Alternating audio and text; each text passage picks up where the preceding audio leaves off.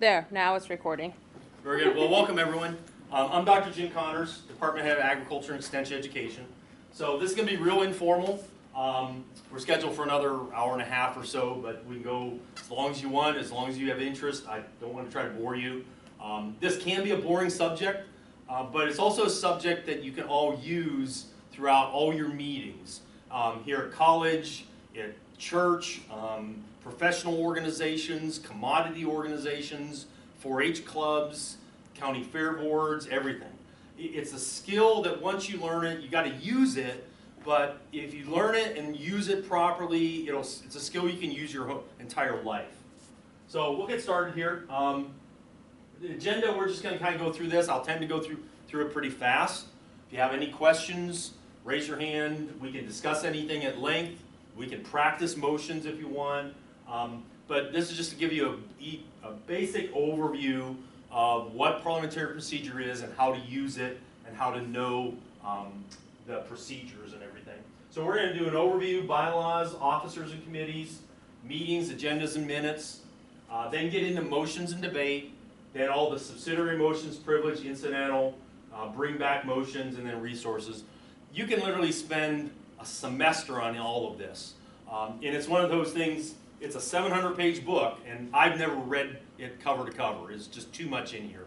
You use it as a resource, you learn how to use it, learn how to find an answer, and then once you learn Parli Pro, you should have copies of it when you're in a meeting, if you're a chair of a meeting, but it's a resource that we use. Okay, so here's things. Oh yeah, you so moved. Well, you can just table this. Meetings often are conducted according to Robert's Rules of Disorder. People think they know Roberts, but a lot of times what they practice is incorrect. Just like the example of closing a meeting. You don't have to have a motion to close the meeting. I've been in meetings with deans and other professionals. When they take a vote, they'll say all those in favor say aye, all those opposed, same sign. Well, you wouldn't say aye if you agree with it and aye if you disagree with it. It's supposed to be aye and no, but people say same sign, which is incorrect. So they do little things like that that are incorrect because they think they know parliamentary procedure, but they actually don't know it. So, parliamentary procedure, orderly method of running meetings. You can follow this to the letter of the law, very strict, or you can use it just to make sure things run orderly. And again, the more people you have, the probably more rigid you're going to follow it. I've been a parliamentarian for small groups, local homeowners associations.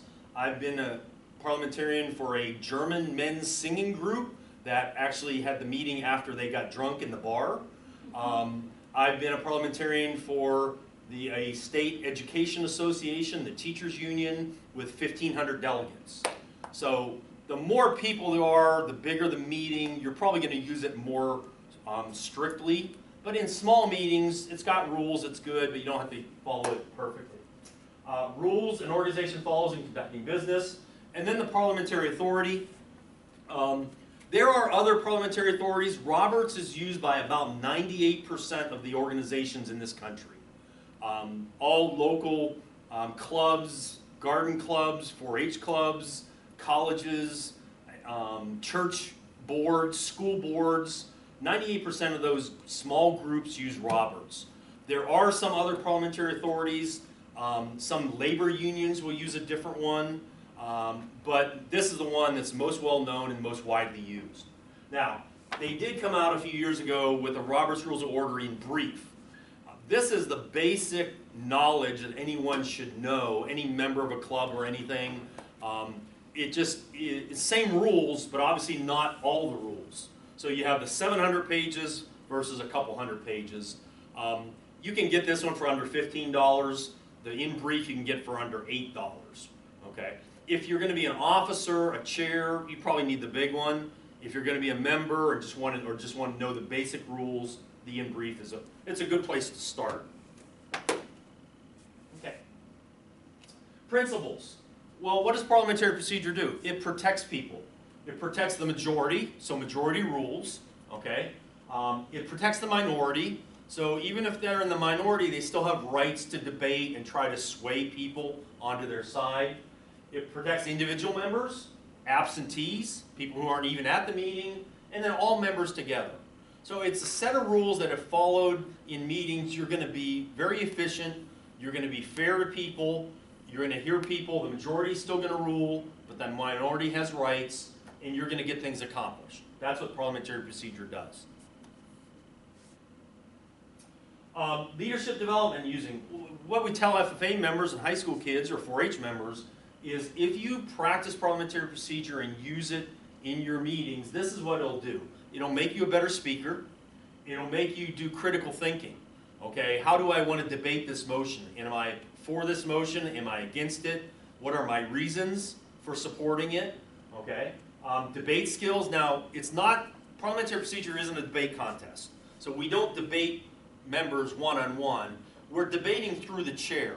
So you're sharing your thoughts and your ideas through the chair and trying to sway other members on how to vote on the proposal, on the motion.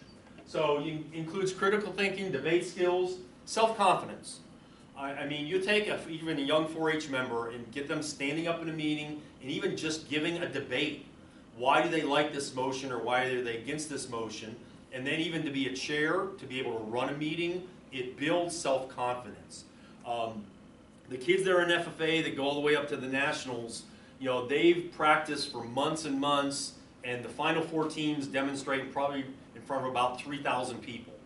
And their knowledge is so good that I'd put them up against state legislators or politicians or lawyers anywhere because they know parliamentary procedure and they've read the book, they've studied it, and they can do it, and that builds self-confidence. Allows a person to play an active role in making decisions.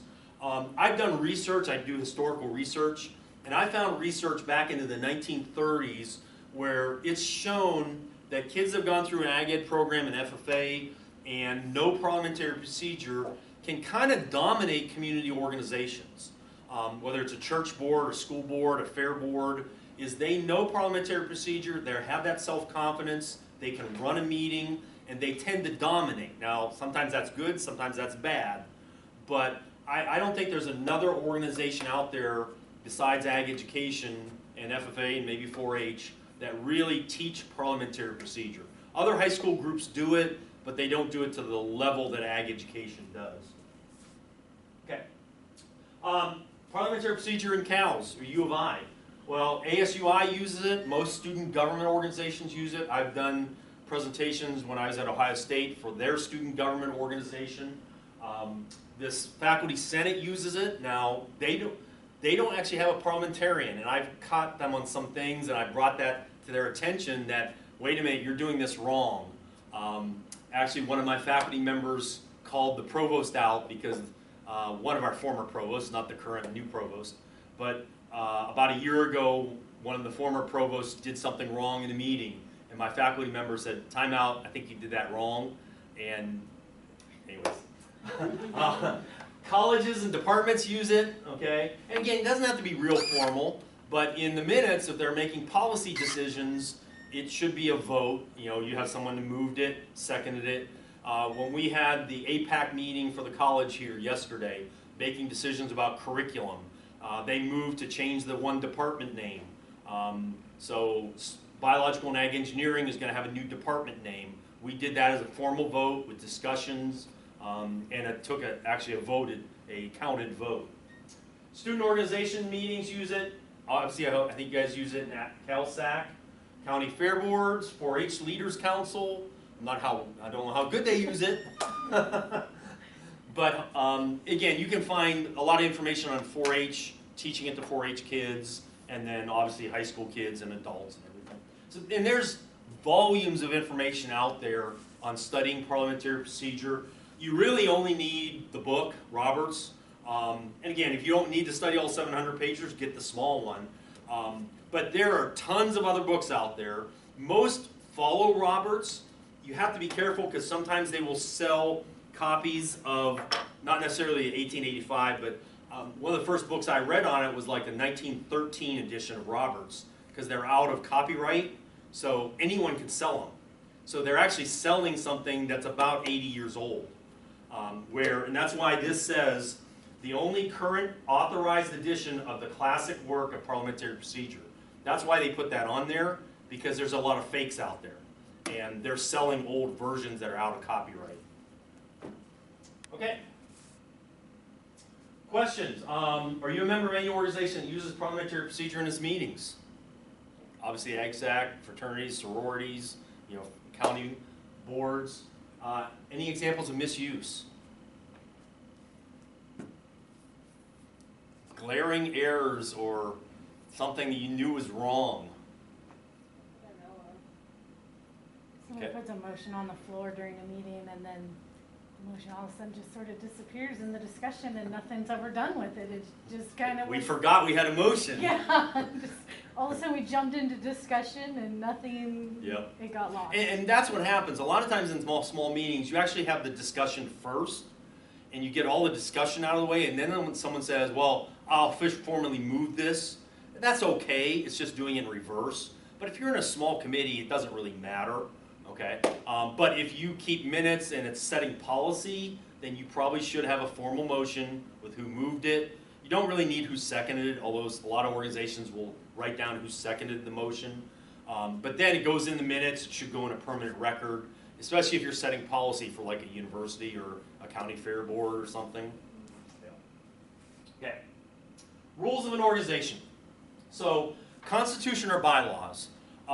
It's still listed as constitution or bylaws, but Roberts says basically it should be one document, and he recommends it should be bylaws.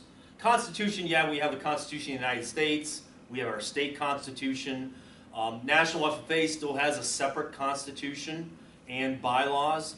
But Roberts is saying if you have an organization, a student club, CalSAC, you probably should have one document, and that document should be called bylaws, because everyone knows what the bylaws are. It's the rules that you run your organization with. So he recommends one set of rules called bylaws. Standing rules, those are other things you can have about what time the meeting starts. Do you have to be at so many meetings? You can put dues. You can set dues in the standing rules. They're rules your organization should run by, but they're not the formal rules that should be in a bylaws. Bylaws you should review and maybe change maybe once a year or review once a year. But if you do a good job at drafting the bylaws, you probably shouldn't have to change them very often. Standing rules are rules, more simple rules that you may want to change every year or something. Give an example of bylaws is Dean Foltz has asked me to chair the College Bylaws Committee because the university asked the units to review their bylaws every 5 years. Well, unfortunately, CALS has not reviewed its bylaws since 2003. So we are a number of years out of date. So Dean Foltz has asked me to chair it. We have members of the faculty, members of extension. So we're going to, in the next few months, take a look at the bylaws, propose changes. My unit, Ag and Extension Education, never had a set of bylaws. The university wants all units to have a set of bylaws. So we actually last year drafted our set of bylaws. They're now being reviewed by the university lawyers because they got to make sure everything's perfect. So all organizations should have bylaws. And then the parliamentary authority, it should be stated in the bylaws that you follow Roberts. It can be another one. Like I said, 99%, 98% are going to follow Roberts. It was ironic, and this is one of my claims to fame. National FFA has been around since 1928. I started working in National FFA about 15, 20 years ago now almost. And I actually got looking at their constitution and bylaws, and it never stated what their parliamentary authority was. And in doing my historical research, back in the 30s, I found where they encouraged their national officers to use a smaller booklet, real small booklet called Howell's Manual. And for all those decades, it was not in their constitution or bylaws that this is what they followed. So I actually proposed a constitutional amendment, and it went all the way through the states and National FFA. And they discussed it for about 2 minutes and passed it. So now National FFA Constitution says Robert's Rules is their parliamentary authority. But They never looked, they followed it, it wasn't in the rules, and no one thought to put it in the rules. So that's my one little claim to fame. So, bylaws. These are the standard articles that should be in a bylaws. Now, some organizations will be slightly different, but going through these, and we use the an acronym or nomenclature, whatever we call it, No Mommy CPAW. So, if you can remember it, No Mommy CPAW. That's how I remember it. So, the first one is name. Obviously, what's the organization? CalSAC or Benoit County Fair Board or Benoit County 4-H Leaders or whatever it is. So you're just going to state the name of the organization. The next one is purpose or objective or object. What are you there to do? Is it there to run the fair, the annual fair for the county? Is it there to be a representative organization for all CAL's student clubs? Obviously the college has bylaws for the whole college. So what's the purpose of the organization? Members, who can be members? You know, Collegiate FFA has anyone that wants to support Collegiate FFA activities. Collegiate 4-H Club has members.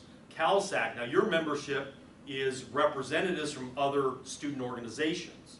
So that would be outlined under membership is any freshman can't walk in and say, I want to join CalSAC. Okay, you have to be a representative elected from a student organization. So who are the members? Who's it open to members? Who are the officers? President, vice president, secretary, treasurer, reporter. FFA has a sentinel. Some organizations don't have a sentinel. Some organizations have what they call a sergeant at arms. You know, kind of a sentinel job to control everything, greet people. So who are your officers? When do you have meetings? Is it an organization that meets every month? Some, fraternities, sororities meet every week. Okay? So how often are your meetings? Is there an annual meeting, a big annual meeting? Okay? The Idaho 4-H Leaders Council for the whole state has basically that one annual meeting a year. I assume they have a business meeting then, too. Depends, okay. But some organizations meet once a year, others meet once a month, some may meet once a week or every 2 weeks or something. Executive committee. So who gets to make the decisions between meetings? Is it the officers? Is it a smaller group of the officers? I served as a consultant for the National FFA Board a number of years ago, and at FFA convention you have thousands of delegates, okay, from every state. Then you have the National FFA officers. Then you have the National FFA Board of Directors, made up of people from around the country. They have an executive committee. There's about 3 or 4 people that at any given time for an organization of 600,000 people, 4 people can make a decision. That's their executive committee, okay? So it goes from the members, if you have delegates making a decision, to the officers, to maybe a board of directors. But what is the executive committee? And for the FFA, they limit it to about, I want to say 4 people is on the executive committee. So do you have an executive committee who can make decisions? And then the committees. What are your committees? These are standing committees that are listed in the Constitution and are permanent. So they're not special committees that they only have for a month or 2 to do some special activity. They're standing committees that are in the bylaws that are permanent. And that goes back to what a president should have. During a meeting, a president should have a list of the members, a list of the committees, and who's on those committees. Parliamentary authority, we talked about, that should be written in there. And how do you amend the bylaws? Most of the time, the very simple way is saying previous notice and a 2/3 vote. That way, you can't just change bylaws on the whim at any meeting. So if someone finds an error or if someone wants to make a change, we would propose a bylaw amendment at the October meeting and say, here's our proposed bylaw amendment. We are going to vote on this at next month's meeting, and when the November meeting rolls around, we're going to take a 2/3 vote, so everyone knows ahead of time, here's the proposed amendment, and it's going to take a 2/3 vote of those members present at the November meeting. So that way, if I find out in October and I want to be there to vote on it or debate it, then I know ahead of time I've got to be at the November meeting. So you have prior notice and a 2/3 vote. So that should be written into the bylaws as to how do you amend the bylaws. And that goes back to why they're not recommending a constitution and a bylaws, because it's two separate documents. Some organizations you amend the constitution by 2/3 vote, some you amend the bylaws with a majority vote. It gets confusing, and that's why Roberts recommends one document, bylaws, requiring a previous notice and a 2/3 vote for any amendment. I'm rattling on. If you have questions, please interrupt or anything, okay?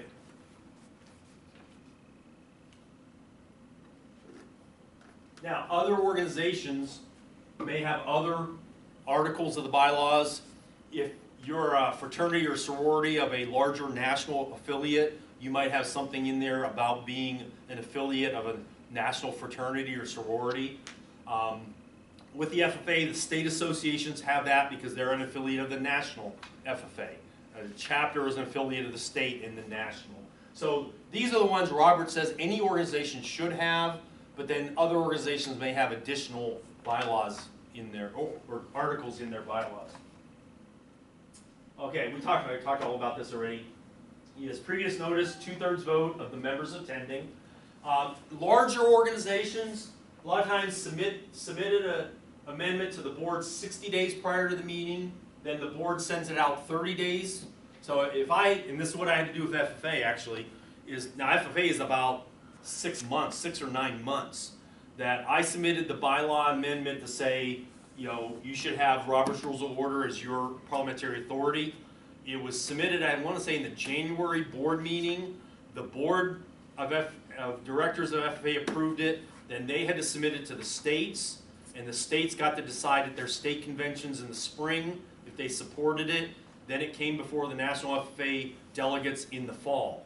So their process was about 9 months long, okay?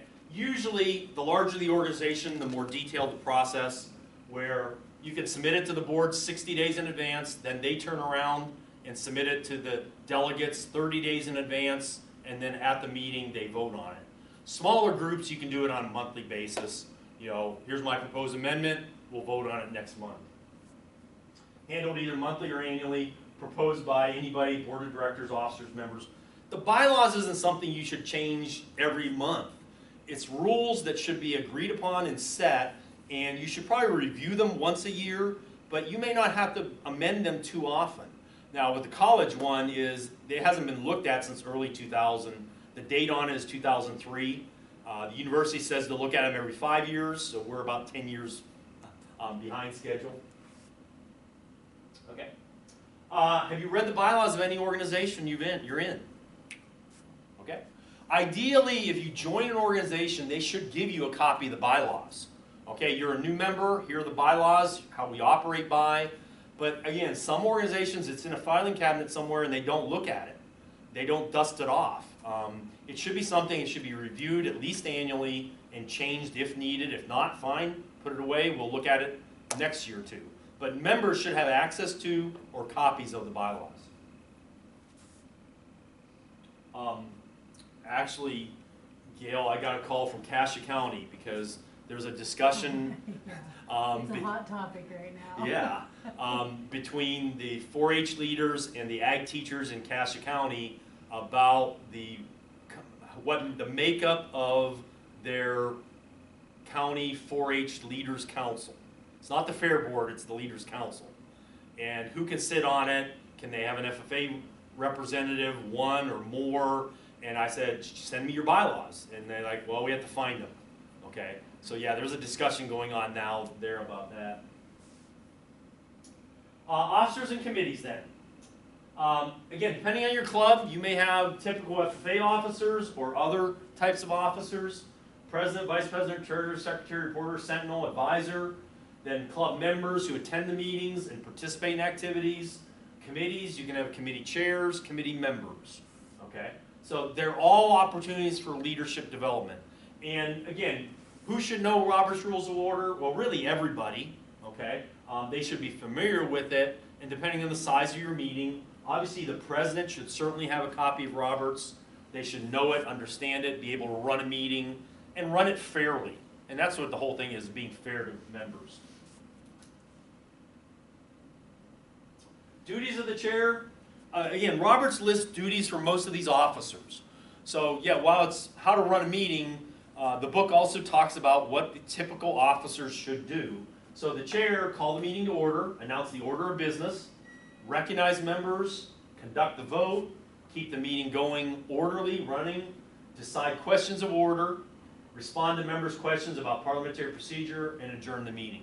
So a good chair is going to, first of all, have an agenda. Some meetings you go to may not even have a printed agenda. Should have an agenda prepared, should be ready, should know Roberts, have a copy of Roberts, be able to go through the agenda, get all the work done, be fair to members. The members can debate motions, vote on motions, so they understand what's going on in the meeting. Sometimes you'll get in a meeting and the more members there are, the more heated it can get. And if you have a chair that can't keep order or can't keep the members informed, then it can get out of hand really quick. And like you example, the motion. You had a motion, then you had the debate, and then it was forgotten, and you didn't know if you voted on the motion or where the motion went. A good chair is going to keep that all in order and keep the meeting running properly. Now, you can get school board meetings where if it gets a heated discussion, a chair that doesn't know how to run a meeting, doesn't know Robert's Rules of Order, they can get out of hand. I'll give you an example of this. Is about a year ago, we were in a faculty meeting here at the university, and they were debating the proposal to make it a smoke-free campus. And there was a big discussion on it all over the place, and people for it, people against it, and I can't remember what the motion stated, but it was just to discuss it further or something, and they had a lot of debate going on, and the chair said, well, I think we've had enough debate, we're going to move on. And I thought, I can't sit here and be quiet. So unfortunately, the chair of the faculty senate at that time, there was no parliamentarian. The chair did not know Robert's Rules of Order, and I stood up and say, I rise to a point of order, Madam Chair, you cannot close debate unless you have a motion to previous question that passes a 2/3 vote. And it was like a deer in the headlights. She had no idea what I just said. And it was like Greek, I was speaking Greek to her. And I said, you can't close debate. The chair has no right to close debate. If there's still people out there that want to talk, they get the right to talk until the members move to close debate by previous question. And then we had a bunch of more people debate it. Once debate was done, then they moved on. But I felt bad about it because it was a faculty meeting. I'm not sure if the president was sitting there, but I felt bad when I had to do it, but I didn't want her to close debate. She had no right to close debate. So, a good chair is going to know those sorts of things, and that's why I said the faculty senate needs a parliamentarian. I have a good friend who's a lawyer, and he's actually now a member of the West Virginia State Legislature, and he was the parliamentarian for the West Virginia University Faculty Senate. And most universities, again, the larger they are, most universities should have a parliamentarian there with their faculty senate when they're making all these important decisions.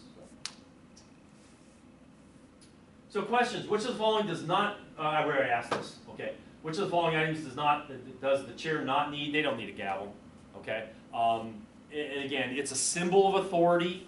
FFA uses it a lot because they've used it for 70, 80 years.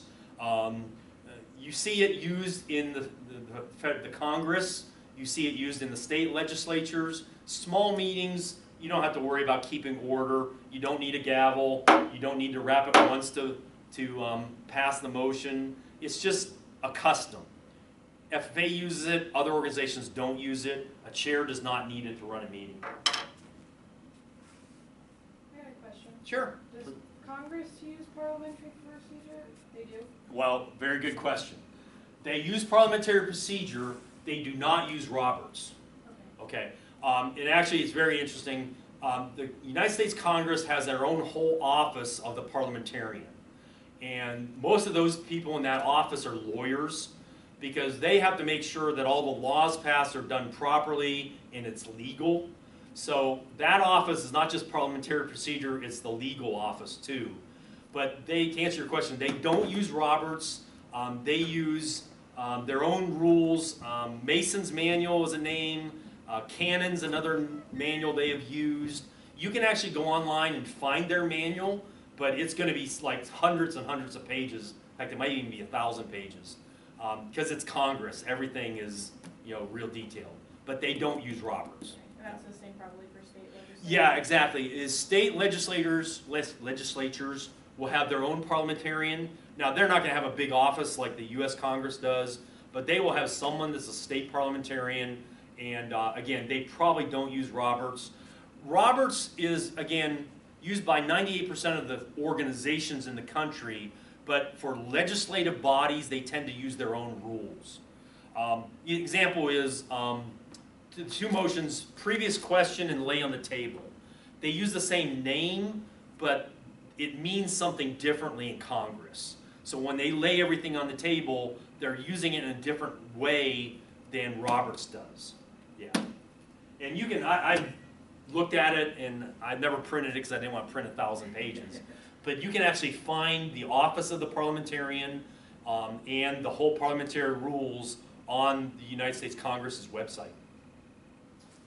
So club officers. Again, there's a bylaws article that should outline what officers your club has. The plan for their elections. Is it held the same month every year? Is it held every May? Is it in the spring sometime? The bylaw article should outline when the officers are elected. It may also list when they're nominated or how they're nominated. Okay, do they have to get signatures of club members, or can anyone nominate an officer? Do they give speeches? Okay, some organizations, every officer can give a 2-minute speech. And then elections, usually by secret ballot. Okay, and then the bylaws article should say the term of office. Is it a calendar year, January through December? Is it a school year, like July 1st through June 30th? So when do you elect your officers? With CalSAC, I know you change officers at the banquet in the spring.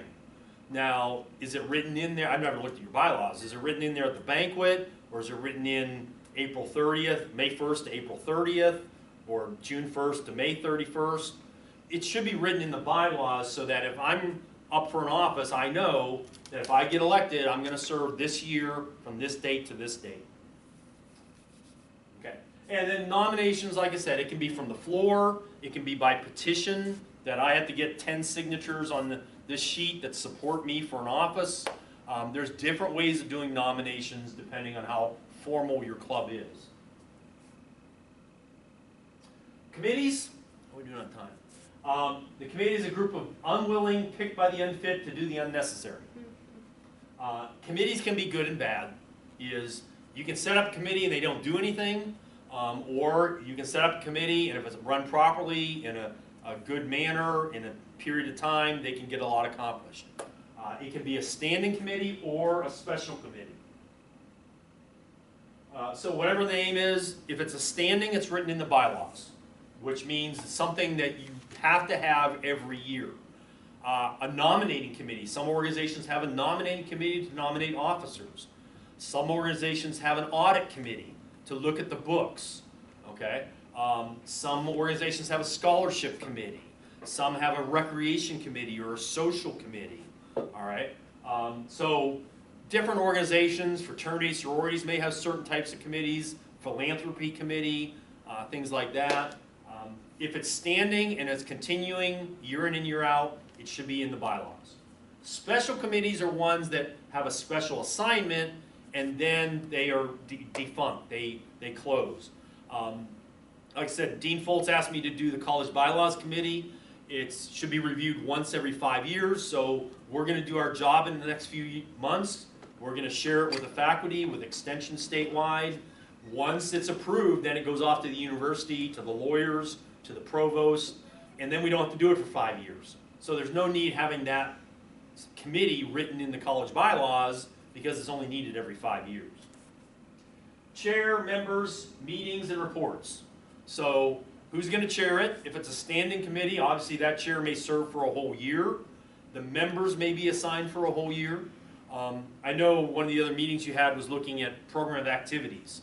really programs and activities should be organized by the committees. What this committee does, who's the chair, who's the members, what their assigned task is, and then do they report at every monthly meeting, and what their job is to do. Program activities we talked about is annual plan of the organization's activities, organized by committees, planned activities, dates, members' responsibilities, budget, used for publicity and to recruit potential members. Our collegiate FFA chapter does the program activities every year. They come in and share it with me as department head, and I believe they set up a meeting with Dr. Makis or Dean Foltz to share their program activities with the college leadership as well. Just so you have a plan, every member can see the plan, and they know this month we're going to do this activity, or we need to plan this event. You know, obviously the CALS Awards Banquet, CALS SAC has a lot to do with that. You know that's going to be in the spring every year. You know the Welcome Barbecue is going to be in September every year. Those are all things that go on our program activities. Okay. Have you ever served on any committees in the community or educational, collegiate, or professional organization? I think we all served on committees. Okay. Meetings and minutes. The meeting is an event in which the minutes are kept and the hours are lost. If you do a lot of meetings and you set policy, you should keep good minutes. And those should be a permanent record of what you did. That can be pretty contentious on a state, on a county fair board, you know, or a 4-H leaders, or in a fraternity or something. Is we got to remember what we decided this meeting and put it in the permanent record in case we have to go back and look at it. Meeting agendas. Every meeting should have an agenda. The officers should write the agenda. Roberts doesn't say much about opening ceremonies or Pledge of Allegiance. You know, that can be the opening formalities in an FFA meeting or 4-H meeting. Really starting with the reading of the minutes, officer reports, committee reports, special orders or special things that need to be done, like elections, or if it's a special topic and you want to make it a special order, you can do that. It carries more importance, is what a special order is. Unfinished business, most people call this old business. The proper term is unfinished, stuff that you didn't get done at the last meeting that came to this next meeting. Then new business is always the last item. You know, we wait till get everything else done, and then if we have anything new to discuss or new motions to come before the group, we do new business.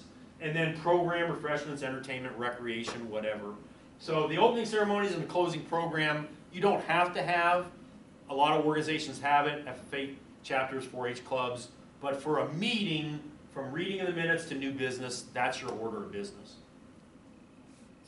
Easy way to remember it, RRR Sun. R cubed Sun. Reading of the minutes, reports of officers and committees, special orders, unfinished in business and general orders, and then new business. So R cubed Sun is an easy way to remember the order of business. A lot of organizations don't have an agenda. A good chair will prepare an agenda beforehand, have copies ready for the members. In my department, I try to have the agenda done about 24 hours before our faculty meetings. I ask the faculty what needs to be on the agenda. I put it together, disseminate it a day before the meeting, and then we have it at that meeting. Everyone knows what we have to discuss, and we go through and check things off as we go through. And we keep minutes because we make policy decisions, curriculum decisions, things like that. So RRR Sun. So test your knowledge here. How do we remember the articles of the bylaws? No mommy see pot. Very good. Meeting agenda, RRR Sun. They're just simple ways of remembering the order of things. Quorum. What's a quorum? You should have a good representation of your members to make a decision. When we have faculty meetings, the president is always there and wondering, do we have a quorum to make official decisions? And they're counting all the faculty in the room. They're counting faculty in Coeur d'Alene, in Boise, in Idaho Falls and calculating, do we have a quorum? If you don't have a quorum, the president can still make the final decision, but the meeting of the faculty can't make any binding decisions. So the number of members who must be present in order that business can be validly transacted should be set in the bylaws article on meetings, and a minimum number of members who can reasonably be expected to attend. Do you normally get 10 members at your meetings? Do you normally get 50? I actually don't know the number we need for faculty meetings, but it's got to be like 100 or more, I think. But it should be written in there, you know, and it might be smaller than that. You may, if you have an organization of 25 people, your quorum may be 8 or 10, something like that. One thing it should not be is a percentage, just because it's harder to calculate. And I've seen organizations say, well, we need 80% of the members that attended last meeting. Okay, well, that's weird. It's also hard to calculate. Whereas you know the size of your membership. Is it 50 members? Is it 100 members? Can we, on a regular basis, get 10 members to come to our meetings? Well, set the quorum at 10.